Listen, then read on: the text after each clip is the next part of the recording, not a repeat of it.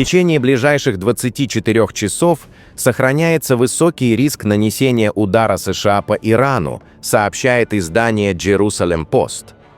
По данным газеты, верховный лидер Ирана в условиях повышенной угрозы был переведен в защищенный бункер. На этом фоне регион фиксирует сразу несколько тревожных сигналов, указывающих на возможную резкую эскалацию конфликта. Одним из ключевых факторов напряженности стало сосредоточение авианосной ударной группы ВМС США на Ближнем Востоке, а также завершение переброски американских войск в Израиль для усиления системы обороны. Речь идет не только о наземных подразделениях, но и о комплексной интеграции средств ПВО и авиации, предназначенных для отражения возможного иранского ответа. Дополнительный резонанс вызвало жесткое заявление председателя комиссии по национальной безопасности парламента Ирана Эбрахима Азизи. В своем микроблоге он написал: «Надеюсь, солдаты США уже попрощались со своими семьями». Позднее он уточнил, что в случае, если Соединенные Штаты, по его словам, на основе ошибочных расчетов самовлюбленного президента пойдут на очередную глупость, американские военные в регионе должны быть готовы к последствиям. Параллельно в Тегеране появился демонстративный баннер с изображением запуска иранских ракет по американскому авианосцу. Надпись на нем гласит: «Если ты посеешь ветер, ты пожнешь бурю». Этот жест был воспринят как элемент психологического давления и сигнал о готовности Ирана к ответным действиям. На данный момент ударная группа авианосца USS Abraham Lincoln вошла в Аравийское море вблизи иранского порта Чабахар и находится на расстоянии, позволяющем наносить удары по территории Ирана. Это создает потенциальную угрозу ракетных атак как с моря, так и с воздуха. Помимо авианосца, в регионе задействованы ракетные эсминцы и атомные подводные лодки, оснащенные крылатыми ракетами «Томагавк». Региональные СМИ также сообщают, что развертывание американских сил для оказания помощи в защите Израиля на случай иранской атаки завершено. Аналогичным образом завершено и развертывание израильских вооруженных сил. Отмечается, что командующий Центральным командованием США провел встречи с представителями израильской армии. Особое внимание аналитиков привлекли сообщения, которые в экспертной среде рассматриваются как инсайдерские. За последние 48 часов в Тегеране приземлились 16 сверхтяжелых военных транспортных самолетов из Китая. Источники называют происходящее организацией экстренного воздушного моста. По их данным, Пекин демонстративно игнорирует предостережения Вашингтона и в авральном режиме перебрасывает союзнику критически важные грузы. Речь идет не о гуманитарной помощи, а о поставках высокотехнологичного оборудования, комплексов радиоэлектронной борьбы и компонентов для ракетной программы, призванных в кратчайшие сроки усилить обороноспособность Исламской Республики. В кулуарах большой политики это рассматривается как переход глобального противостояния по оси США-Израиль против Иран-Китай на качественно новый уровень. Если ранее конфликт ограничивался дипломатическими угрозами и демонстрацией силы, то теперь Китай фактически вступает в игру, начав прямую материально-техническую поддержку своего ближневосточного союзника.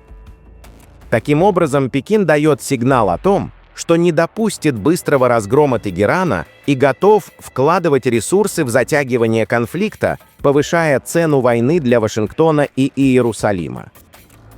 Масштаб и темпы логистического развертывания рассматриваются как признак того, что холодная фаза противостояния подходит к концу, а регион все больше превращается в арену прямого столкновения интересов мировых держав.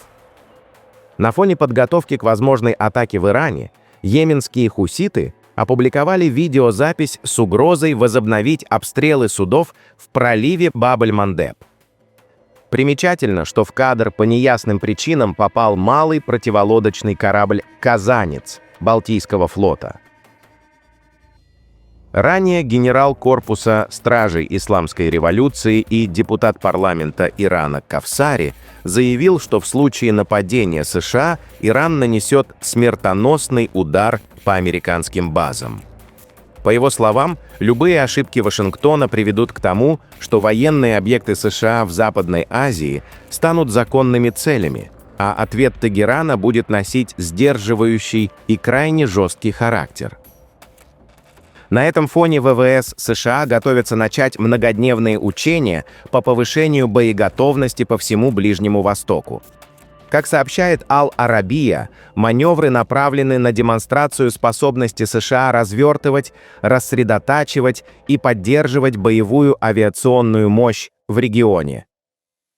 По данным региональных СМИ, Великобритания, Объединенные Арабские Эмираты и Иордания якобы готовятся оказать помощь Израилю и США в перехвате иранских ракет и беспилотников, которые могут быть запущены в ответ на ожидаемый удар по Ирану.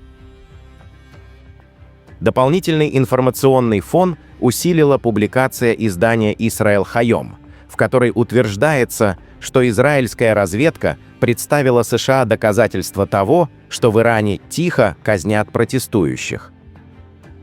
Кроме того, США развернули радиолокационные системы типа ММР в странах, граничащих с Ираном. Эти РЛС предназначены для обнаружения подземных тоннелей и бункеров и используются для выявления возможных укрытий руководства КСИР. Иранские СМИ со ссылкой на Baghdad Today сообщили, что спутниковые снимки фиксируют присутствие американских истребителей F-35 на авиабазе Муавафак в Иордании, расположенной на расстоянии около 900 километров от иранских границ. По их данным, катарские официальные лица пришли к выводу, что США могут начать атаку на Иран до конца текущей недели. В свою очередь СМИ, подконтрольные КСИР, заявили, что в случае входа американских войск на иранскую территорию авианосец USS Абрахам Линкольн и вся его ударная группа станут законной целью для гиперзвуковых ракет.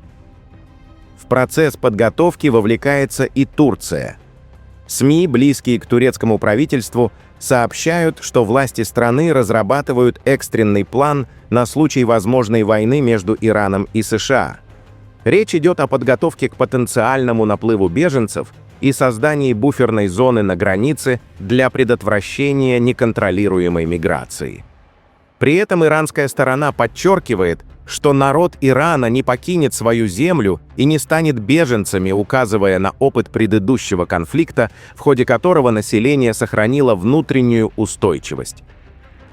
Отмечается также, что Иран закрыл свое воздушное пространство для беспилотников и частных самолетов сроком на 3 месяца, что расценивается как признак военной подготовки к возможному конфликту.